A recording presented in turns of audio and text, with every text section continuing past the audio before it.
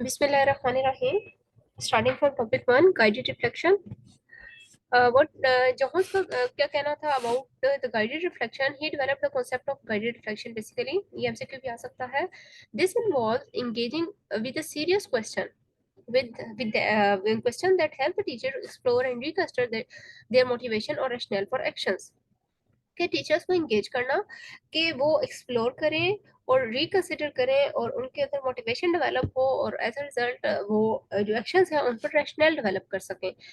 और यहाँ पर this can be design to form reflective diary with one side of the page. और अब आप इसको अगर डिजाइन करना चाहते हैं तो ये किस तरह की एक डायरी है जिसकी one side of the page आपने डिस्क्रिप्टिव मटेरियल उसमें गिवन है किया हुआ है, आपने जो एक्टिविटी या टास्क परफॉर्म किए हुए हैं, और जो उसकी दूसरी साइड होगी पेज की, जैसे हम फ्रंट बुक को ओपन करते हैं तो हमारे पास 2 पेजेस होती हैं, तो राइट साइड के पेज पर सारी डिस्क्रिप्टिव मेंशन है और जो लेफ्ट साइड का जो पेज होगा आप उस पर उस डिस्क्रिप्शन पर जो रिफ्लेक्ट कर रहे हैं, जो आपकी रिफ्लेक्टिव प्रैक्टिस या रिफ्लेक्शन करने के बाद आपकी जो ऑब्जर्वेशंस होंगी आप वो मेंशन कर दें। तो this design can be applied for guided reflection.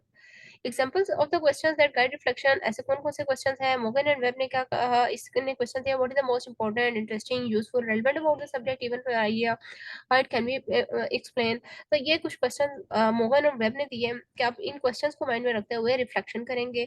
बिग्स and Tang ने अलग क्वेश्चन दिया, what was the problem, what went wrong, कि प्रॉब्लम क्या थी, क्या उसमें गलत हुआ, what is the evidence of the problem, problem arise किस तरह से की, and how did you deal with the problem then, और फिर उसके बाद आप प्रॉब्लम को डील कैसे कर रहे हैं। बिग्स एंड टैंग ने एक और क्वेश्चन दिया, how did your solution to the problem relate to your theory of teaching and learning. अब जो आपने सॉल्यूशन निकाला है रिगार्डिंग योर प्रॉब्लम, वो आपकी प्रोफेशनल टीचिंग या फिर लर्निंग के साथ कैसे रिलेट करता है। These are some sort of questions which you can apply while doing reflective practice और guided reflection। ये actually questions हैं जो आपको guide कर रहे होते हैं to reflect on your practice। Guided reflection, Bloom's taxonomy. Bloom's taxonomy हमेशा याद रखनी है, from lower order to higher order एक अरेंज रिफ्लेक्शन होती है, एक कॉन्सेप्चुअल या सॉरी सीक्वेंशियल रिफ्लेक्शन प्रैक्टिस होती है, सीक्वेंशियल स्टेप्स होते हैं that move from lower order reflection to higher order reflection. तो ये भी जब आप एक स्टेप वाइज प्रोसीजर फॉलो करें तो एक गाइडेड रिफ्लेक्शन आपके लिए, first let's reflect on Bloom's taxonomy of taxonomy of reflection, Bloom's remembering.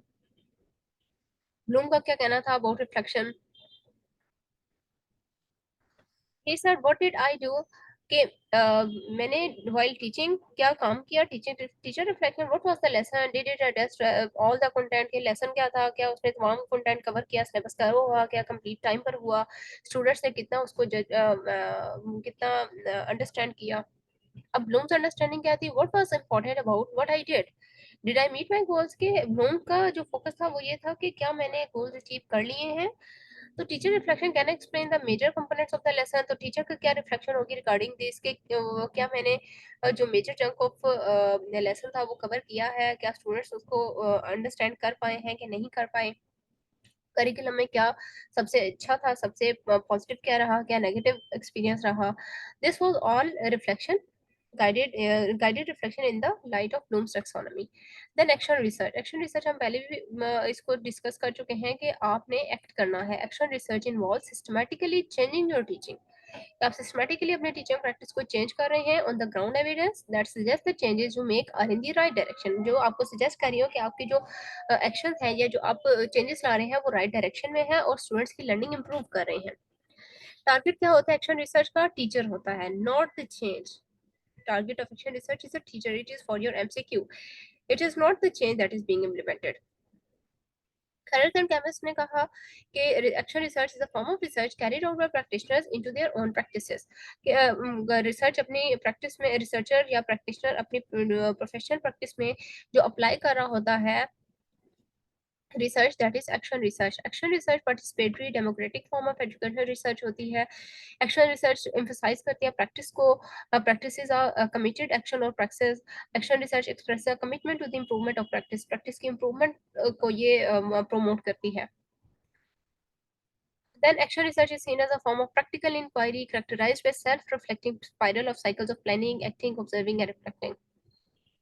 Beyond ने क्या स्टेट किया that there are many themes and aspects of practice to question, अब वो कौन सी थीम्स है, उसने कहा about action research before even looking at any theory they are setting and the play. Setting क्या है, जहाँ पर एक्टिविटीज परफॉर्म की जा रही हैं, activities are taking place, and the play looking at ideas in terms of game where there are rules, कि आप जो आइडियाज हैं उनको इन टर्म ऑफ गेम्स देखें कि कहाँ पर कौन से रूल्स हैं। These rules can both be enabling और कंस्ट्रेनिंग, इनेबलिंग भी और कंस्ट्रेनिंग दोनों टाइप्स के रूल्स हो सकते हैं।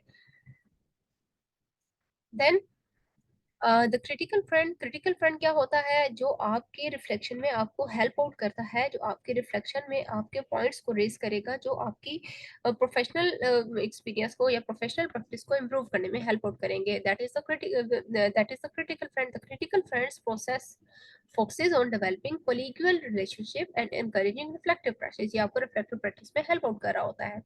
यानी कि आप अपने रिफ्लेक्टिव प्रैक्टिस, अपने प्रोफेशनल लाइफ के बारे में आप अगर कोलीग से या किसी फ्रेंड से राय लेते हैं या उससे फीडबैक लेते हैं रिगार्डिंग योर टीचिंग प्रैक्टिसेस, तो वो आपको रिफ्लेक्टिव प्रैक्टिस में आपके लिए हेल्पफुल साबित हो रहा है। This process is based in cooperative adult learning, और ये कोऑपरेटिव एडल्ट लर्निंग पर बेस करता है। It is currently use by an estimated, और ज्यादातर ये 35,000 टीचर हैं, 35,000 प्रिंसिपल प्रोफेसर और ओवर 1500 स्कूल एंड यूनिवर्सिटीज में ये क्रिटिकल फ्रेंड या क्रिटिकल फ्रेंड की मेथोडोलॉजी अप्लाई की जाती है। It basically provides an effective balance between informal sportive friendship and critical analysis। तो इनफॉर्मल फ्रेंडशिप और क्रिटिकल एनालिसिस में एक अच्छा बैलेंस क्रिएट कर हो जाता है by using this critical friend help. की कंट्रीब्यूशन क्या होती है क्रिटिकल फ्रेंड की तरफ से, it basically facilitates friendly honest and critical analysis, और प्रोफेशनल रिफ्लेक्शन शेयर किया जाता है इसमें, एंड हॉरिजॉन्टल स्कैनिंग की जाती है हो जाती है आपकी, and using their skills to ask new questions जो होते हैं आप वो पूछते हैं, और आप अपने आप को असेस करने में ज़्यादा ईज फील करते हैं, विच promote reflection and self evaluation आपकी बहुत अच्छी हो जाती है। Providing advice and practical suggestion. Critical friend ethos क्या है, कि इसकी अखलाकियात क्या है क्रिटिकल फ्रेंड्स की, कि it maintaining a close distance, आप एक क्लोज डिस्टेंस मेंटेन करते हैं। क्रिटिकल फ्रेंड हेल्प करता है others to be reflective but do not hold the role of evaluator. Critical friend evaluate नहीं कर रहा होता आपको, जस्ट वो रिफ्लेक्ट करने में हेल्प आउट करता है। ही इज नॉट द एवेल्युएटर, एवेल्युएटर आप खुद होते हैं। क्रिटिकल फ्रेंड्स बस भी नॉलेजेबल होना चाहिए, और वो चैलेंजेस को आइडेंटिफाई करने जानता हो एंड ओवरकम करना उसको जानता हो। They support objective and reflective debate to find solutions. Critical friend should maintain the confidentiality, frankness, sensitivity and independence. वो कॉन्फिडेंशियलिटी जो है उनको उसको मेंटेन करता हो critical friend. Participatory methods for reflection क्या है, putting aside time regularly for focused discussion about practice with colleagues helps to ensure that reflection becomes regular practice। के आप रेगुलर बेसिस पर जब आप रिफ्लेक्शन कर रहे हैं वो आपकी एक रेगुलर प्रैक्टिस बन जाती है। पार्टिसिपेटरी मेथड्स क्या फॉर रिफ्लेक्शन के लिए, अच्छा इसके लिए थ्री मेथड्स हैं। सबसे पहले ऊपर ही पढ़ लेते हैं, कन्वर्सेशन एंड डिबेट। आप इससे रिफ्लेक्टिव प्रैक्टिस कर सकते हैं कि आप कोलीग्स के साथ कन्वर्सेशन या डिबेट करें, दूसरे प्रोफेशनल्स के साथ करें, working in the same setting, जो सेटिंग में काम कर रहे हैं, professionals working in another setting, किसी और सेटिंग में अगर प्रोफेशनल कर रहे हैं उनके साथ, प्रोफेशनल नेटवर्क के साथ आप कन्वर्सेट करें, कम्युनिकेट करें, फैमिलीज और चिल्ड्रन के साथ कम्युनिकेट करें, उनसे फीडबैक लें अबाउट योर प्रैक्टिस। तो ये आपको रिफ्लेक्शन अपनी ही आपका जो वे ऑफ टीचिंग होगा या फिर आपकी प्रैक्टिस होगी, आप उसको रिफ्लेक्ट करने में हेल्प करेंगे। मेथड कितने होते हैं participatory method for reflection? 3, careful description, thoughtful listening and questioning feedback. इस सबसे पहले तो आपने केयरफुल डिस्क्रिप्शन देनी है जो आपने एक्सपीरियंस किया। उसके बाद आप थॉटफुल लिसनिंग, जब आपने कंप्लीट डिस्क्रिप्शन दे दी to others about your experience, अब आपने थॉटफुल लिसनिंग के आप वो उसके बारे में क्या राय देते हैं, आपने थॉटफुल लिसनिंग करनी है। देन क्वेश्चनिंग फीडबैक, और फिर फीडबैक पर फॉर्म फिल करवा सकते हैं। अब टाइप्स ऑफ क्वेश्चनिंग फीडबैक क्या हो सकते हैं? Warm feedback, cool feedback, hard feedback हो सकता है। वार्म फीडबैक में सपोर्टिव अप्रिशिएटिव स्टेटमेंट्स होती हैं जो आपके कोलीग्स की तरफ से आपको दी जाती हैं। कूल फीडबैक में offers different ways to think about teaching and raises question, इसमें क्वेश्चंस रेज होते हैं ज़्यादातर और टीचिंग के बारे में आप सोच विचार करते हैं। हार्ड फीडबैक कैसा होता है? It puts challenges for you and x tends thinking and raises concerns. ये ज्यादा प्रॉब्लम सॉल्विंग होता है, आपको चैलेंज आपके फ्रंट पे पुट करते हैं। द पार्टिसिपेटरी प्रोसेस क्या है? पार्टिसिपेट का वर्ड पार्टिसिपेशन से निकला है, हिस्सा लेना। Participating with others in reflective practice allows colleagues and other to share issues. जब आप पार्टिसिपेट करते हैं तो कोलीग्स आपस में शेयर करते हैं अपने इश्यूज को, अपने प्रॉब्लम्स को, अपने एक्सपीरियंसेस को, और सब मिलकर जब एक माइंड की जगह 10 माइंड एट अ टाइम अगर रन हो रहे हैं तो कोई ना कोई problem solving, effective problem solving solution मिल जाएगा आपको। It is best in small groups where teachers feel comfortable sharing complex issues and hard feedback challenge. जो हार्ड फीडबैक जो होता है वो चैलेंज और पुट करता है आपके लिए और आपकी थिंकिंग को इनहांस करता है।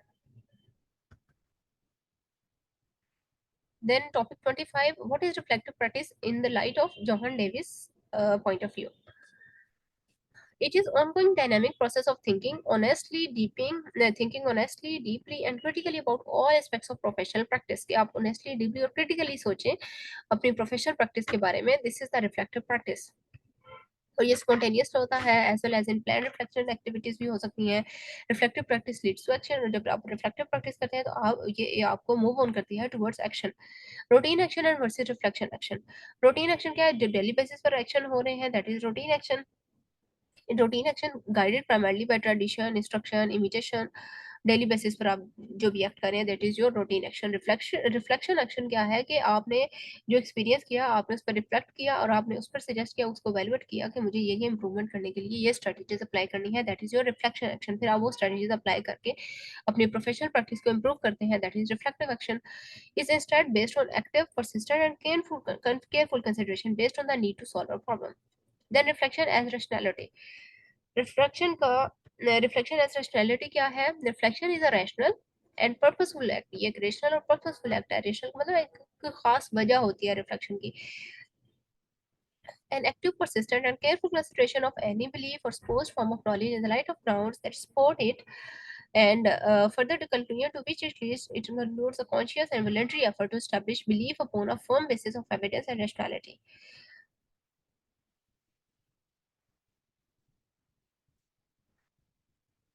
Then reflection as rationality.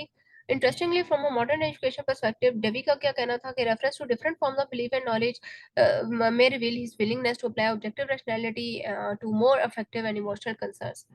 Devi ने 5 stage model दिया regarding reflection. आपने याद रखना है, डेवी ने 5 stage model दिया। 5 stage model में क्या था? फर्स्ट स्टेप प्रॉब्लम को आइडेंटिफाई करना। फर्स्ट स्टेप प्रॉब्लम को आइडेंटिफाई करना। सेकंड में प्रॉब्लम को अंडरस्टैंड करना, सेकंड स्टेप।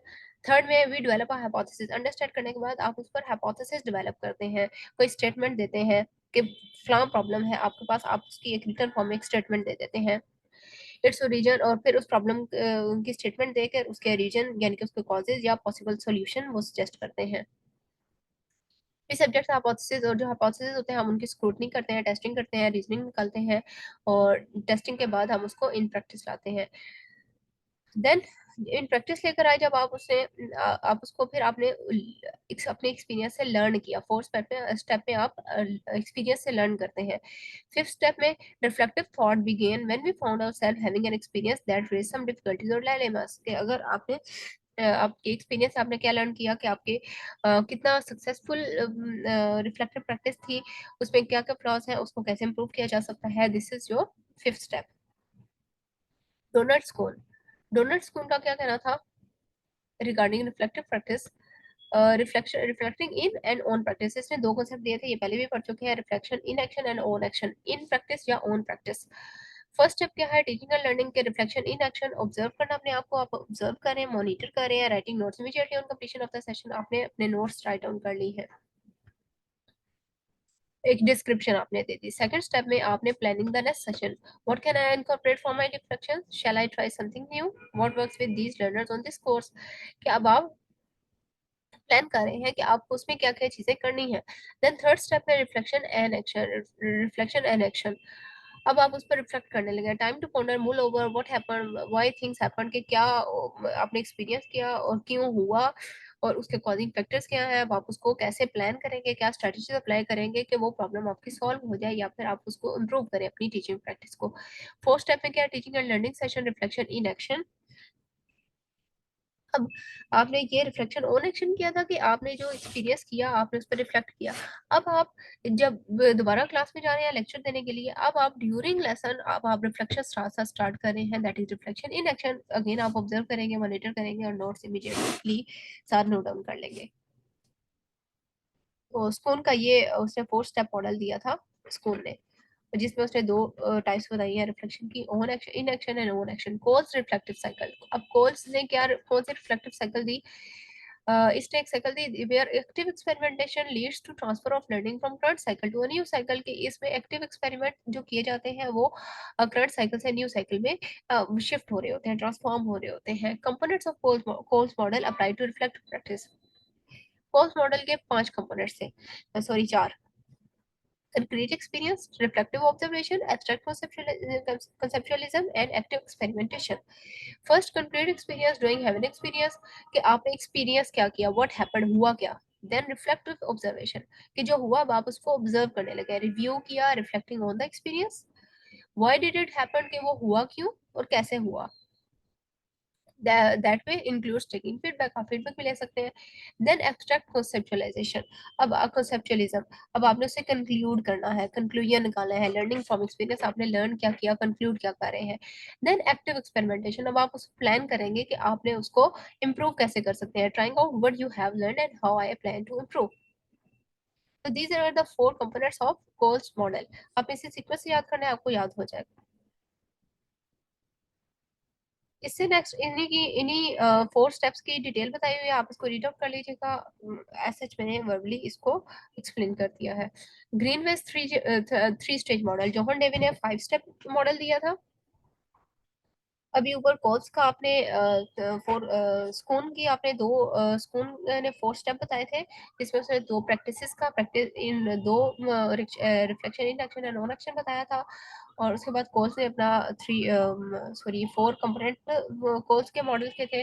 और अब ग्रीनवे का 3 स्टेज मॉडल है. ग्रीनवे ने 3 स्टेज मॉडल में क्या दिया, इसने कहा प्लान, डू एंड रिव्यू. कि आप कुछ करें, डू हैव एन एक्सपीरियंस, आप उस पर रिव्यू करें, review what happened and what can be learn, and then plan a way to approach the next round of experience, कि आप उस पर प्लान करेंगे. और बेनिफिट्स क्या है ग्रीन में के 3 स्टेज मॉडल की, आपने ये पॉइंट्स याद रखे हैं. सबका मेन फोकस यही था कि आप प्रॉब्लम को बेसिकली सॉल्व कैसे करेंगे, ये आपने याद रखने का. सबका फोकस सेम है, बस उन्होंने मॉडल डिफरेंट नहीं है. इसके फायदे ये हैं थ्री स्टेज मॉडल के, कि इजीली अप्लाई किया जा सकता है, छोटा सा है, आसानी से अप्लाई हो जाएगा, एक्सपीरियंशियल है, can be foundation for more complex model. आप इससे ज़्यादा कम्प्लेक्स मॉडल ड्राइव कर सकते हैं, बना सकते हैं, इजीली अप्लाई किया जा सकता है. And when to use plan to review, इसको यूज कब करना है, as a model for continuous. आप कंटिन्यूस इंप्रूवमेंट चाहते हैं, जब भी कोई न्यू क्लास के लेक्चर्स आप लेने लगे, या फिर न्यू या इम्प्रूव्ड अप्रोच आप गेन करना चाहते हैं, कोई रेपिटेटिव वर्क प्रोसेस आप डेवलप कर रहे हैं, कोई डाटा कलेक्शन का एनालिसिस का आप प्लान कर रहे हैं, तो इन सब में प्लान, डू एंड रिव्यू का आप मॉडल 3 स्टेज मॉडल ग्रीनवे का यूज कर सकते हैं, अगर आप कोई चेंज लाना चाहते हैं. Then the plan do review procedure क्या है, plan and review. Plan recognize an opportunity and plan a change, and then review क्या है, आप उस पर एनालाइज करें, उसको रिव्यू करें. Question to ask for planning, questions कौन कौन से हो सकते हैं जो प्लानिंग के लिए आप यूज कर सकते हैं. What data indicates the change is required, what changes is to be made. तो ये सारे क्वेश्चन है जो आप इसके लिए यूज कर सकते हैं. देन रोथ ने 1989 में अपने कुछ पॉइंट्स बताए regarding reflective practice, questioning that why and how one does things, and asking what, why and how others do things. अब ऐसे कौन कौन से क्वेश्चंस हैं, ये बेसिकली, और इनके बेनिफिट्स क्या होते हैं. They are the seeking alternatives, they keeping an open mind and comparing and contrasting. आप ये सारे क्वेश्चंस हैं व्हाइल डूइंग रिफ्लेक्टिव प्रैक्टिस आप फॉलो कर रहे होते हैं. Seeking the framework, theoretical basis आप चेक करते हैं, वेरियस परस्पेक्टिव से, हर एस्पेक्ट से आप नोट डाउन करते हैं अपने प्रोफेशनल प्रैक्टिस को. आस्किंग व्हाट इफ, आप ये पूछ होते हैं कि अगर ये हो तो इसका कॉन्सिक्वेंस क्या हो सकता है. आस्क फॉर अदर्स आइडिया, दूसरों से आइडियाज लेते हैं, कॉन्सिक्वेंसेस नताइज को देखते हैं, आप एक्सरसाइज कर रहे होते हैं, टेस्ट करते हैं, सिंथेसिस करते हैं, और रिजॉल्विंग प्रॉब्लम रिजॉल्व कर रहे होते हैं. रॉथ ने 24 प्रोसीजर्स दिए थे ऑफ रिफ्लेक्टिव प्रैक्टिशनर, ये आपने एमसीक्यू के लिए याद रखना है. They identify the dimensions of rapid reflection. Dimensions क्या थी, रॉथ ने जो डायमेंशंस दी थी रैपिड रिफ्लेक्शन की, रिपेयर, रिव्यू, रिसर्च एंड रीथ्योराइज. ये आपने 4 R याद रखने हैं, रिपेयर, रिव्यू, रिसर्च एंड रीथ्योराइज. ये 4 डायमेंशंस थी which the Roth has given regarding reflective practice. Then Peter Peter ने 4 स्टेप प्रोसेस दिया जिसको डाटा कहा जाता है या डाटा हम इसको बोल सकते हैं। DAT या describe, analysis, theorise and act. सबसे पहले डिस्क्राइब, आपने प्रॉब्लम को डिस्क्राइब कर दिया, उसके बाद आपने उसको एनालिसिस किया, एनालिसिस करने के बाद आपने उस पर थ्योरी बिल्डअप करनी है, उस पर राइट अप करना है, रिपोर्ट जनरेट करनी है। थ्योरी बिल्डअप करने के बाद अब आपने उस प्लान पर एक्ट करना है, उसको इम्प्लीमेंट करना है। This was all about Peter's theory, Peter's point of view about reflective practice. इंशाल्लाह मिलती हूँ आपको नेक्स्ट लेक्चर में, तब तक के लिए अल्लाह हाफिज। मेरे चैनल को लाइक करें, शेयर करें, सब्सक्राइब करें।